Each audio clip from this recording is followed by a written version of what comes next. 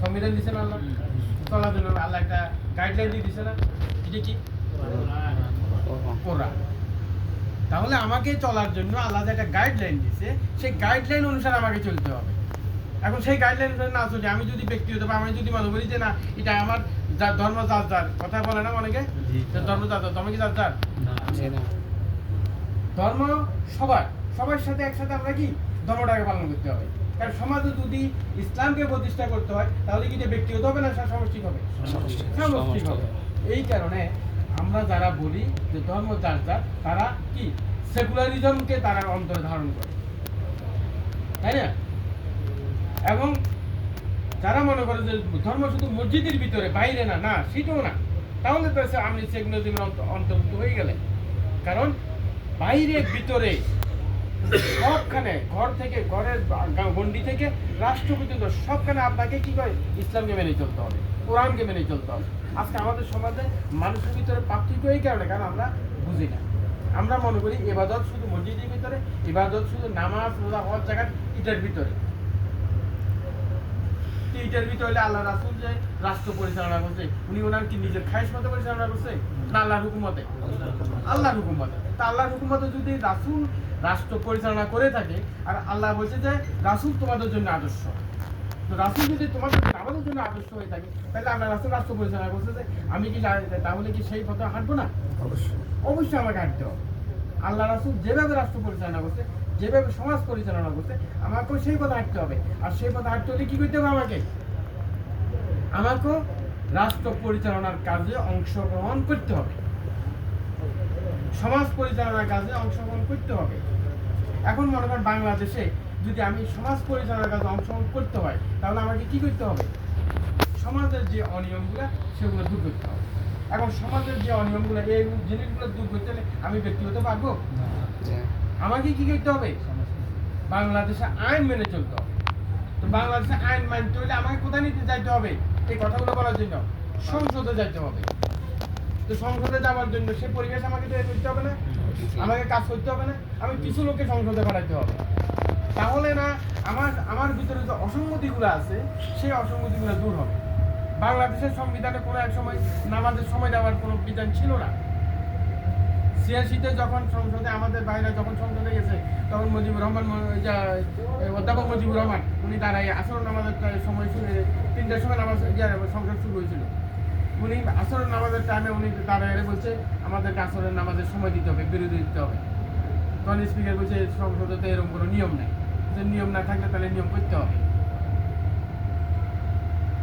করছিল না ওনারা হ্যাঁ ওই মুহূর্তে ওই দিনে সংসদে সবাই তখন তার এই কথাকে সমর্থন করে নামাজের জন্য বিরতি যাওয়ার সিস্টেম চালু করছে তাহলে আপনি যদি সংসদে না যাইতেন তাহলে এর অতীতে তো সংসদে গেছে না অনেকে ৮৬-র আগে ৭২ থেকে ৮৬ পর্যন্ত বহু লোক সংসদে গেছে না এরা মুসলমান ছিল না কেন তারা এই কথাটা আলোচনা করে নাই কারণ তারা মনে করছে ধর্ম এবং রাষ্ট্র আলাদা সমাজ পরিচালনা এখানে ধর্মের কোনো বিধান নাই তারা এটাই মনে করছে যার কারণে তারা সংসদে সংবিধানকে আনে নেয় কোরআনকে আনে নেয় হ্যাঁ যখন মুজিব ভাই সংসদে যায় এই কথা বলছে যে নামাজের বিরতি দিতে হবে তারপরে এইটা চালু হয়েছে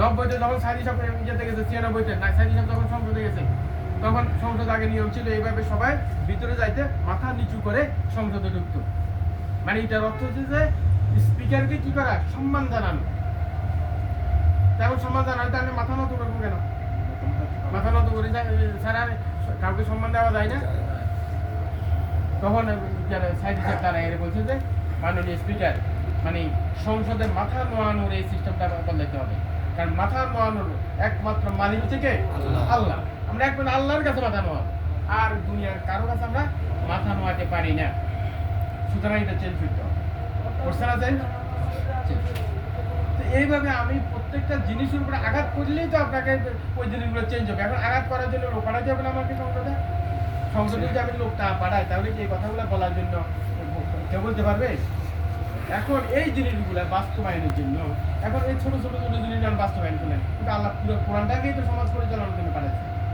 পাঠাচ্ছে না এখন পুরো কোরআনকে সংসদে যদি আপনি পাস করতে হয় তাহলে কি পরিমাণ লোক সংসদে পাঠাতে হবে 300 জনের মধ্যে অর্ধেক তো বাড়াইতে হবে, 150 জন বাড়াইতে হবে না, 151 জন বাড়াইতে হবে না। 151 জন যদি দাঁড়ায় বলে যে না সব বাংলাদেশের সংবিধানে বাল কোরআন, তাহলে না সংবিধানে বাল কোরআন এই জায়গায় কার্যকর হবে না? কার্যকর হবে। তাহলে আমাদেরকে সংসদে লোক পাঠানোর জন্য কি করতে হবে? কাজ করতে হবে। এখন সেই সুযোগ আসছে। হ্যাঁ, অতীতে সুযোগ ছিল না, অতীতে আমরা কথা বলতে পারতাম না এরকম সুন্দরভাবে। এখন সেই সুযোগ আসছে, এখন আমাদের সেই সুযোগ গ্রহণ করতে হবে, এই সুযোগটা কাজে লাগাইতে হবে। আমরা যদি এই সুযোগটা কাজে না লাগাই তাহলে কাল কিয়ামতের মাঠে আল্লাহ আমাদেরকে কষ্ট করবে না? তো তোমাদেরকে আমি সুযোগ দিচ্ছিলাম, তোমরা সেই সুযোগটা কেন গ্রহণ করো না? বাংলাদেশে এখন যে পরিবেশ, এই পরিবেশ অতীতে ছিল না, অতীত ছিল না। এখন আমরা যে কোনো অন্যায়ের প্রতিবাদ মানে বলিষ্ঠ কণ্ঠে বলতে পারি, তাই না? এই যে বেজারে সাতক্ষীরাতে যে একটা দুদিন আগে যে একটা ঘটনা ঘটলো, কি নাম, কবির বিন সাবা, তাকে যে অপমানিত করলো স্টেজের মধ্যে। এখন আলেমেরা মানে গতকালকে আলেমেরা স্পষ্ট ভাষায় বলে দিয়েছে যদি এটার প্রতিকার না হয় তাহলে আমরা কালকে থেকে কোনো মসজিদ ইমামতি করবো না। বাধ্য হয়েছে না? বাধ্য হয়েছে না তাকে অ্যারেস্ট করতে? তাহলে আপনি যে কোনো অন্যায়ের বিরুদ্ধে প্রতিবাদ করার জন্য আপনাকে সে পরিবেশ তৈরি করতে হবে এবং সেই জাতীয় লোকদেরকে আমরা সাপোর্ট দিতে হবে। তাহলে আগামীতে যাতে কোরআনকে যাতে আমরা আমাদের সমাজে প্রতিষ্ঠা করতে পারি, সেই জাতীয় লোকদেরকে আমরা সংসদে পাঠানোর জন্য চেষ্টা করতে হবে। আজকে আমাদের সে সময় আছে, সে সুযোগ আছে। আমরা নিজেরা এই ব্যাপারে মানে প্রস্তুত হইতে হবে, পরিবারকে প্রস্তুত করতে হবে, আত্মীয় স্বজনকে বুঝাইতে হবে। আপনি যেখানে যান আত্মীয় স্বজনকে বুঝান। আপনি গাড়িতে বসছেন, গাড়িতে ড্রাইভারকে জিজ্ঞেস করেন। আমরা তো জিজ্ঞেস করতাম কৌশলে ট্যাক্সিতে বসছি, কি ভাই কি মনে করেন আগামীতে কেমন মনে করেন? ও না ভাই ওই তো না, জামাতের আনতে হবে। কেন বলে এই কথাটা? কারণ মানুষ অতিষ্ঠ হয়ে গেছে। অতীতে একদল খাইছে, এখন আরো দল খাওয়ার জন্য রেডি হয়েছে। কথাই এম করে আনো গায়ে দেখা কাজলের কোনো দরকার আছে? তাই যে আপনি খাবেন, খাওয়ার জন্য প্রস্তুত হইতেছেন, নয়তো আপনার গায়ে জল আছে, কত কষ্ট হয়েছে আসতে পারে না। কিন্তু এই কারণে আজকে ট্যাক্সি ড্রাইভার বলেন, টেম্পো ড্রাইভার বলেন, হ্যাঁ বাসের ড্রাইভাররা বলেন, তারা চাঁদা দিতে দিতে অতিষ্ঠ হয়ে আসতো। এখন তারা বলতেছে আমরা আর এই চাঁদা আর এই রাজনীতি আমরা দেখতে চাই না, আমরা নতুন পরিবর্তন চাই। নতুন পরিবর্তন চাইতে হলে যারা এই চাঁদাবাজির বিরুদ্ধে কথা বলে তাদেরকে আমি সাপোর্ট করতে হবে। তাদেরকে কি করতে হবে? সংসদে পাঠানোর জন্য চেষ্টা করতে হবে। এই কারণে আমরা নিজেরা তো প্রস্তুতি নিব, প্লাস আমার পরিবারকে বলবো, আত্মীয় স্বজনকে বলবো। আপনি সঠিক কথা, সৎ কথা আত্মীয় স্বজনকে বলতে গেলে কোনো অপরাধ আছে? আপনি সব পাবেন না? পাবেন না সব? আপনি যদি কাউকে যদি ভালো একটা পরামর্শ দেন, এখানে কি সব নেই? অবশ্যই আছে। এবং এগুলো সবটাই দাঁড়িয়ে আপনার একটা পরামর্শ এমনও তো হইতে পারে, আপনার একটা পরামর্শ দ্বারা কাল কেমন পর্যন্ত দাঁড়িয়ে দেখতে পারে। আপনার একটা পরামর্শের কারণে একটা লোক যদি সংগঠনের মানে ইসলামী আন্দোলনের জন্য আগায় আসে, সেই লোকটা যদি মজবুতভাবে দাঁড়াইতে পারে, হ্যাঁ, তাহলে এই লোকটা আরো কিছু লোকেরা যদি এভাবে সংগঠনের জন্য আগায় আনে, তাহলে আপনার এই যে পরামর্শটা তাহলে কি সবটাই দাঁড়িয়ে কেমন পর্যন্ত চলতে থাকবে, তাই না? এই কারণে আমাদেরকে এই জাতীয় কাজগুলো করার জন্য আগায় আসতে হবে, পরামর্শ দিতে হবে। মনে করেন ডাক্তার শফিকুর রহমান, তাকে যে ভাইরা দাওয়াত দিছে, হ্যাঁ, দাওয়াত দিয়ে তারা তো আর এতে পিছনে লাগি থাকে না, তাকে দাওয়াত দিছে, উনি দাওয়াত গ্রহণ করছে, এখন উনি কাজ করতেছে, কাজ করে আজকে উনি একটা পজিশনে আসে গেছে। এই যে এখন আরো কিছু লোকেরা, হাজার হাজার লোকেরা যে উনি দাওয়াত দিতেছে, তাহলে যে লোকটা প্রথমে ডাক্তার শফিকুর রহমানের দাওয়াত দিছে উনি সব পাইতেছে না? এই কারণে আমাদেরকে আমাদের এই সমাজটাকে পরিচালনার জন্য আমরা দাওয়াতি কাজ করতে হবে, প্লাস লোকদেরকে এই সংগ্রহ আনতে হবে। এর দ্বারা আমারও লাভ হবে, সমাজেরও লাভ হবে। আমরা তাহলে এইভাবে কাজ করার জন্য, সমাজটাকে পরিচালনা করার জন্য আমাদেরকে কাজ করতে হবে, পরিবারকে বুঝাইতে হবে, সমাজ এই যে আত্মীয় স্বজনকে বুঝাইতে হবে যে আগামীতে আমরা কিভাবে এই লোকগুলোকে সংসদে পাঠাতে পারি। ভালো লোকগুলোকে সংসদে পাঠাতে হবে, সৎ লোকগুলোকে সংসদে পাঠাতে পারি। আমাদের স্লোগান হতে হবে আল্লাহর আইন চাই, সৎ লোকের শাসন চাই। আমরা সৎ লোকগুলোকে সংসদে পাঠালে আল্লাহর আইন সেখানে কায়দা করবে। এইভাবে আমাদের ইয়ে হতে হবে। আমরা এবারে কি বলবেন? আচ্ছা আপনি পড়েন, আপনি পড়েন এরপর থেকে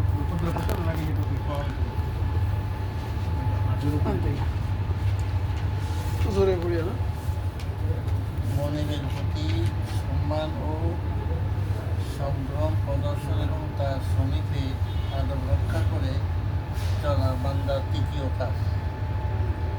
আদব ও সম্মান প্রকাশের যে পন্থা মনিব নির্দিষ্ট করে দেবেন তাই অনুসরণ করা।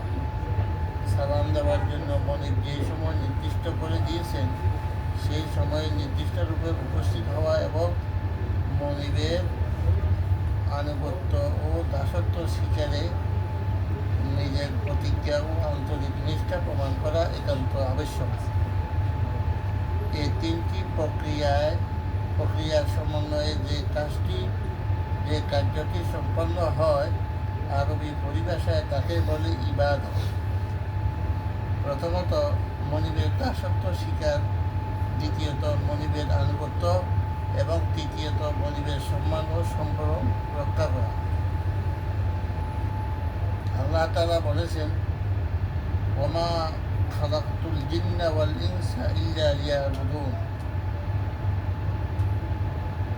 এর প্রকৃত মর্ম হচ্ছে আল্লাহ তাআলা জিন ও মানব জাতিকে একমাত্র এই উদ্দেশ্যে সৃষ্টি করেছেন যে তারা কেবল আল্লাহ তাআলারই দাসত্ব করবে, অন্য কারো নয়। কেবল আল্লাহর হুকুম পালন করবে, এছাড়া অন্য কারো হুকুম অনুসরণ করবে না, এবং কেবল তারই সামনে সম্মান ও সম্ভ্রম প্রকাশের জন্য মাথা নত করবে, অন্য কারো সামনে নয়।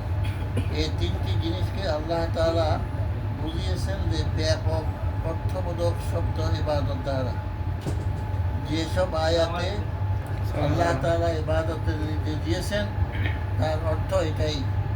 আমাদের শেষ নবী এবং তার পূর্ববর্তী আম্বিয়া কেরামের যাবতীয় শিক্ষার সার কথা হচ্ছে আল্লাহ তা'বুদু ইল্লা ইয়্যাহ, আল্লাহ ছাড়া অন্য কারো ইবাদত করো না, অর্থাৎ দাসত্ব আনুগত্য লাভের যোগ্য সারা জাহানে একই মাত্র বাদশাহ হচ্ছেন তিনি হচ্ছেন আল্লাহ তাআলা। অনুসরণযোগ্য মাত্র একটি বিধান বা আইন আছে, তা হলো আল্লাহর দেওয়া জীবন ব্যবস্থা, এবং একটি মাত্র সত্তাই আছে যার পূজা উপাসনা আরাধনা করা যেতে পারে, আর সেই সত্তাই হচ্ছে একমাত্র আল্লাহ। ইবাদত শব্দের এই অর্থ আপনি স্মরণ রাখুন এবং আমার আশিক ভাই বলেন আলোচনাতে কি বুঝতে পারছেন?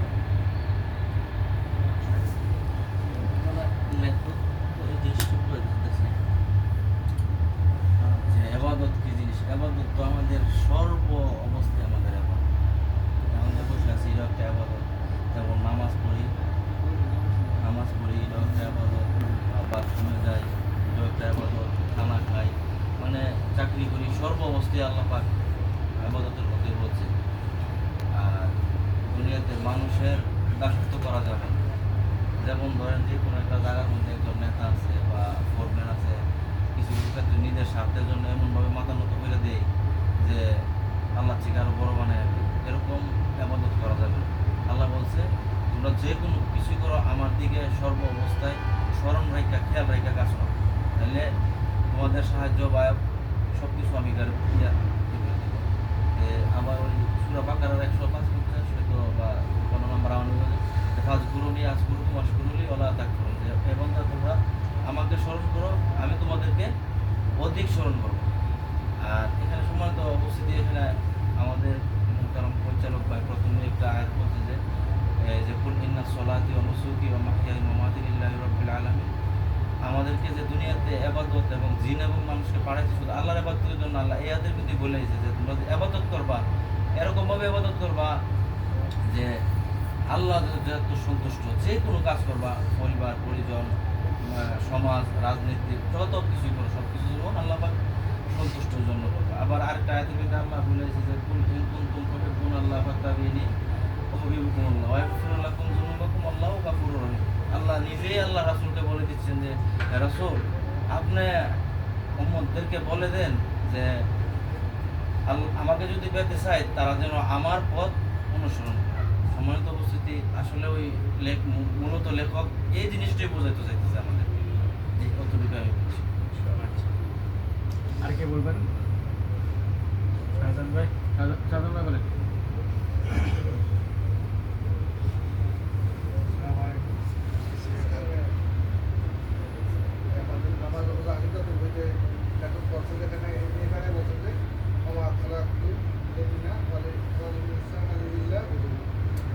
শাহজাহান ভাই, আমি আবার একটা একটু স্মরণ করে দিই, তা আল্লাহ ব্যতীত আর কারো ইবাদত করিও নাই। আপনি এইটার উপর আলোচনা করেন।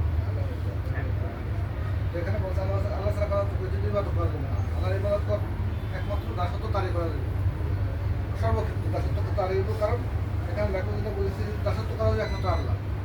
আমাদের সংসার জীবন থেকে সব জায়গায় এখন আল্লাহর দাসত্ব, আল্লাহর যে হাকাম হুকুম জারি থাকলে তার দাসত্ব কায়েম থাকবে পরিপূর্ণ ক্ষেত্রে। হয়তো রাজনীতির ক্ষেত্রে, পরিবারের ক্ষেত্রে নেই, অর্থনীতির ক্ষেত্রে, সব জায়গায় আল্লাহ যদি দাসত্ব কায়েম থাকে, তারা হুকুম কায়েম থাকে, তো দাসত্ব কায়েম থাকে।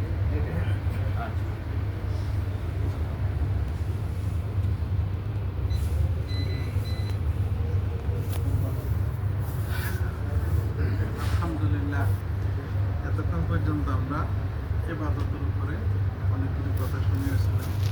আমি একটু পিছিয়ে যাই। সূরা বনী ইসরাঈল আল্লাহ পাক বলছে, ইকরা কাফা বিনাফসিকা ইয়াউমা আলাইকা হাসিবা। তোমাদের সবার সামনে একটা কিতাব দেওয়া হবে, আর সেদিন বলা হবে তোমরা পড়ো। আসলে আমাদেরকে যে আল্লাহ পাক সৃষ্টি করছে, আমরা বলছি আল্লাহকে, আমরা কেউ বলছি না আমাদেরকে সৃষ্টি করো। আবার যখন আমরা দুনিয়া ছেড়ে চলে যাবো, সেদিনকে আমরা বলবো যে আল্লাহ আমি চলে যাব। সবাই চাইবো আমরা দুনিয়াতে থাকি, চাইবো না? কিন্তু আমরা যেমন আসতো, আমাদের কোনো অনুমতি নেওয়া হবে না, যাইতো আমাদের কোনো অনুমতি নেওয়া হবে না। কিন্তু এখানে একটা কথা আল্লাহ পাকের অনুমতি দিয়ে বলা হয়েছে, তোমরা একমাত্র আমার দাসত্ব, আমার গোলামি করবে।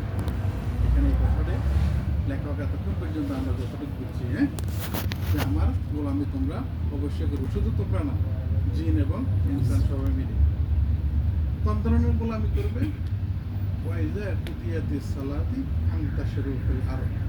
তোমরা শুধু মসজিদের ভিতরে আমার গোলামি করবে না, মসজিদে নামাজ শেষ করে নামাজে যেমন আমার গোলামি করতে আসো, এখান থেকে বাইরে যখন তুমি বাইরে চলে যাবা, ক্ষেত খামার, ব্যবসা বাণিজ্য, লেনদেন, উঠা পয়সা, কথাবার্তা, তোমার সব কিছু মুআমালাত, সব কিছু আল্লাহ এবং আল্লাহ রাসূলের মধ্যে হইতে হবে। আর যদি আমার এই কথাগুলি, তোমাদের এই কাজগুলি আল্লাহ এবং আল্লাহ রাসূলের আইন মতো হয়, তাহলে সেটা তোমাদের জন্য ইবাদত। আমার ভাইয়ে কিছুক্ষণ আগে বলছে যে আমরা যে লেনদেন করি, স্ত্রীর সাথে মেলামেশা করি, যত কিছু করি, আমাদের খানা পরা, বাথরুমে যাওয়া, যত কিছু আছে, এই সবগুলি যদি আল্লাহ এবং আল্লাহ রাসূলের নির্দেশ অনুযায়ী হয়, তাহলে আমাদের সবগুলি কি ইবাদত। যেমন আমরা মসজিদে ঢুকতে আছি, প্রথম পাওয়াটা দিতে কি বলতেছি? আল্লাহুম্মা ইফতাহলি আবওয়াবাক। অর্থাৎ আমরা মসজিদে ঢুকার সময় যে কথাটা বলতেছি, আবার বাইরে তো ঠিক এই ধরনের একটা দোয়া করতেছি, বাথরুমে যাইতে যে বলতেছি, লেখক এখানে এই কথাটা বলছি। এরপরে সর্বশেষ যে কথাটা বলছে যে আমার যে ইবাদতগুলি করবে, এখানে একদম শিরক মুক্ত, বেদাত মুক্ত ইবাদত করবে।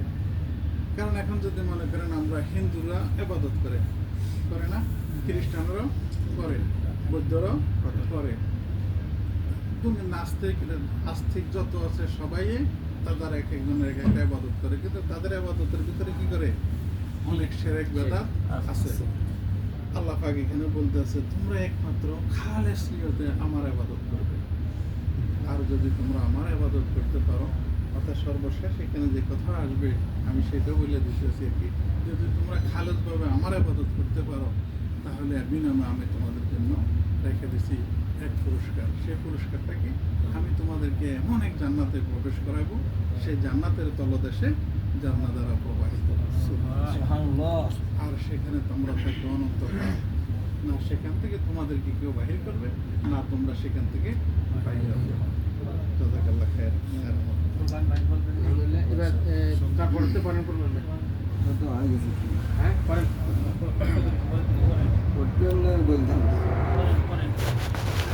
ইয়ে থেকে মানে ইমামটা ঠিক চশমা লাগে। চশমা লাগে যে এটা যদি করতে কষ্ট হয় আপনি পারেন আছে চশমা আছে। আসলে কাবে বেরোতে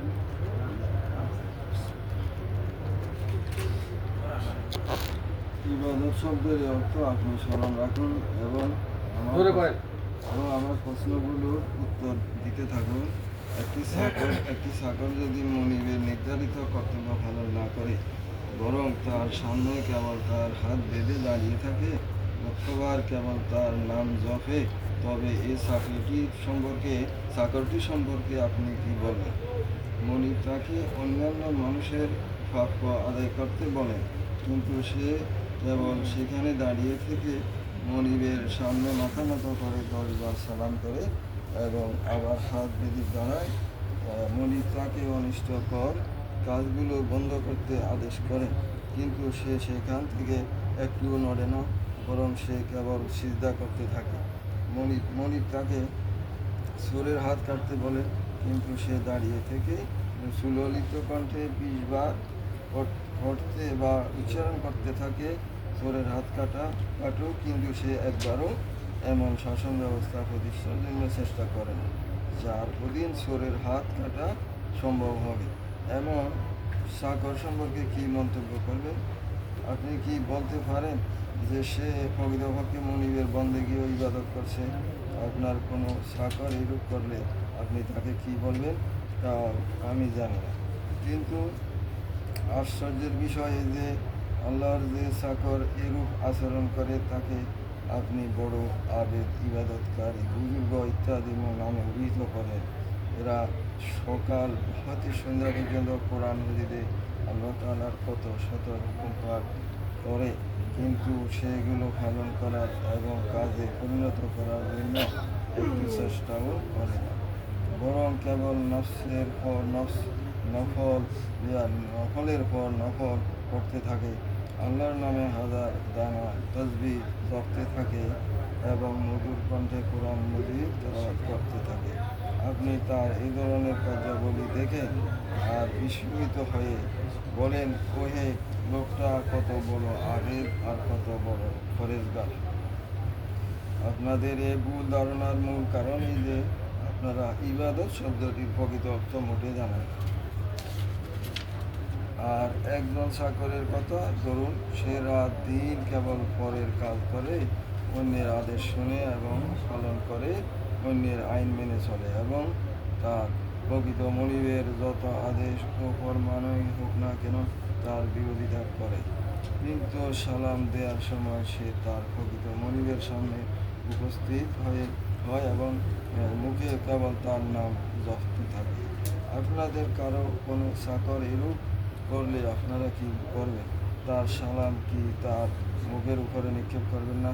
মুখে সে যখন আপনাকে মনিব আর মালিক বলে রাখবে, তখন আপনি কি তাকে কথা বলবেন না যে তুই যাহা মিশ্রবাদী ও বেঈমান, তুই আমার বেতন খেয়ে অন্যের দাবিদারি করিস,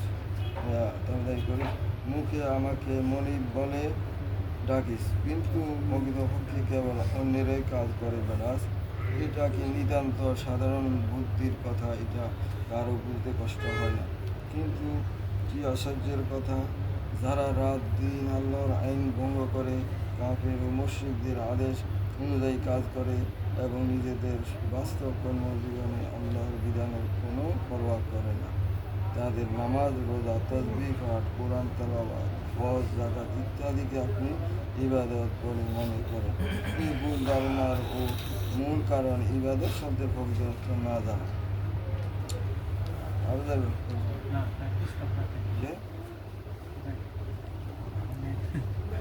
সোহেল ভাই আছেন আর বললেন দেব কম না না না সাউন্ড পুরো আসে এই শোলবার শোলবার পারে মনে একটা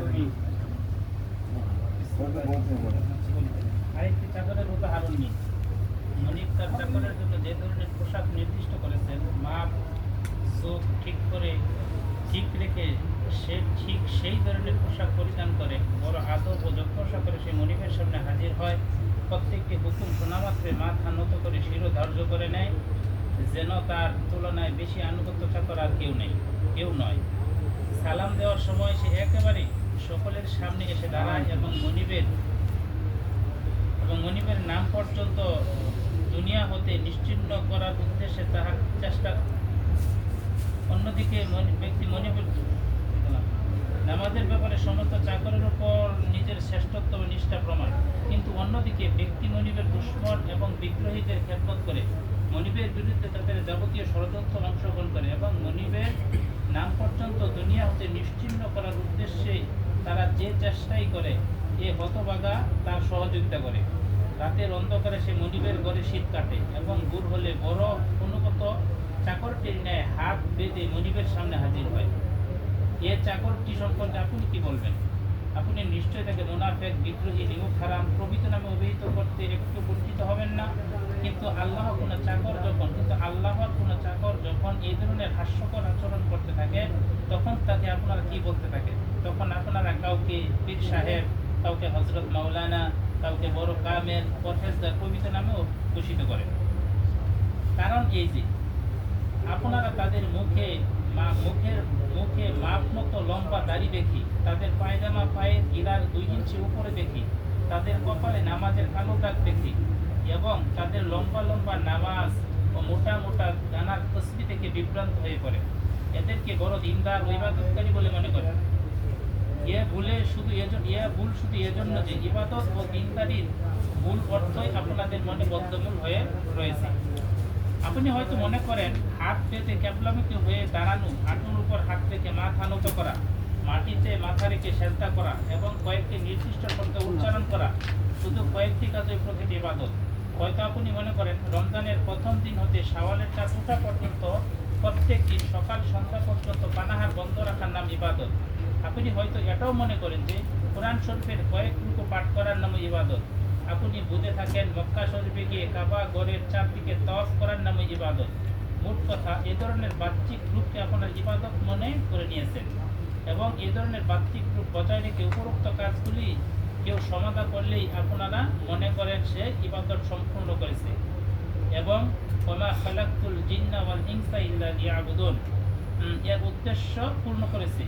তার জীবনের অন্যান্য ব্যাপারে সে একেবারে আজাদ, নিজের খেয়াল খুশি অনুযায়ী কাজ করতে পারে। কিন্তু প্রকৃত এক মিনিট চুপ করেন এখানে আমরা আজকে এই পর্যন্ত থাক।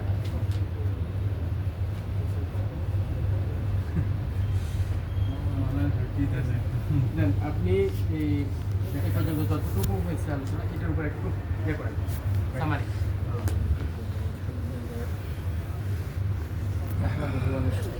نحمده ونستعينه ونستغفره ونعوذ بالله من شرور انفسنا ومن سيئات اعمالنا من يهده الله فلا مضل له ومن يضلل فلا هادي له ونشهد ان لا اله الا الله وحده لا شريك له ونشهد ان محمدا عبده ورسوله اما بعد فاعوذ بالله من الشيطان الرجيم بسم الله الرحمن الرحيم وما خلقت الجن والانس الا ليعبدون।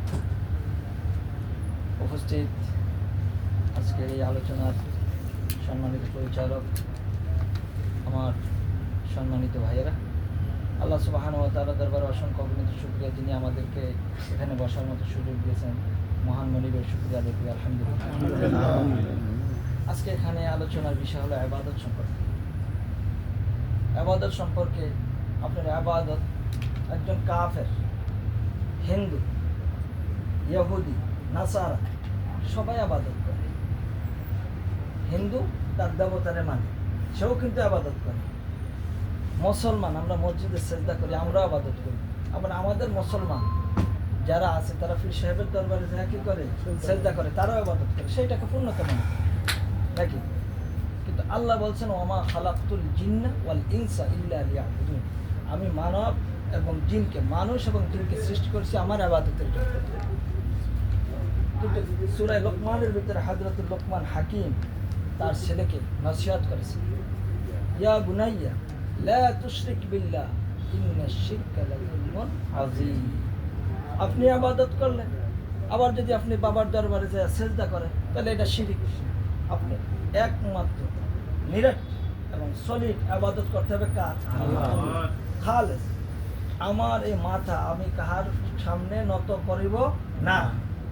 যিনি আমাকে সৃষ্টি করছেন, যিনি আমাকে পাঠিয়েছেন, যিনি আমার রিজিকের ব্যবস্থা করতেছেন, আমি তার কাছেই আমি আত্মসমর্পণ করবো, সারেন্ডার করবো।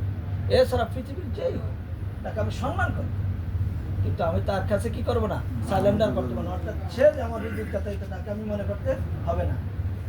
অর্থাৎ ইবাদতের অর্থ আমাদেরকে আগে বুঝতে হবে। কিন্তু হিন্দু বেটা উনি তো ইবাদত করে দেবদেবীর নামে, তাই সে তাকে আল্লাহ মনে করে, কিন্তু এটা মনে করা যাবে না।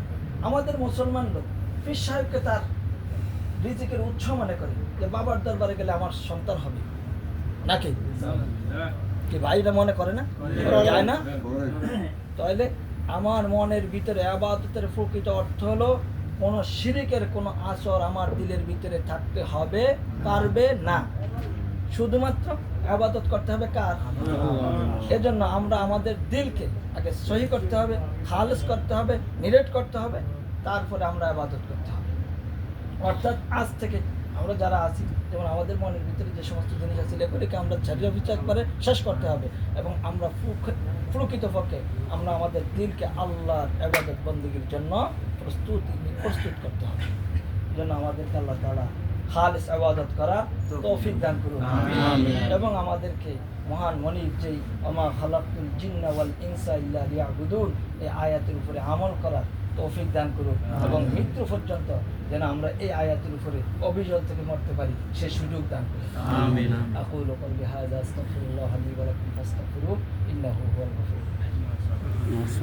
এখানে লেখক লাস্টে সেই কথাটা আবার ওই আগের কথাটাকে আবার এখানে নিয়ে আসছে, মা খালাকুল জিন্না ওয়াল ইনসা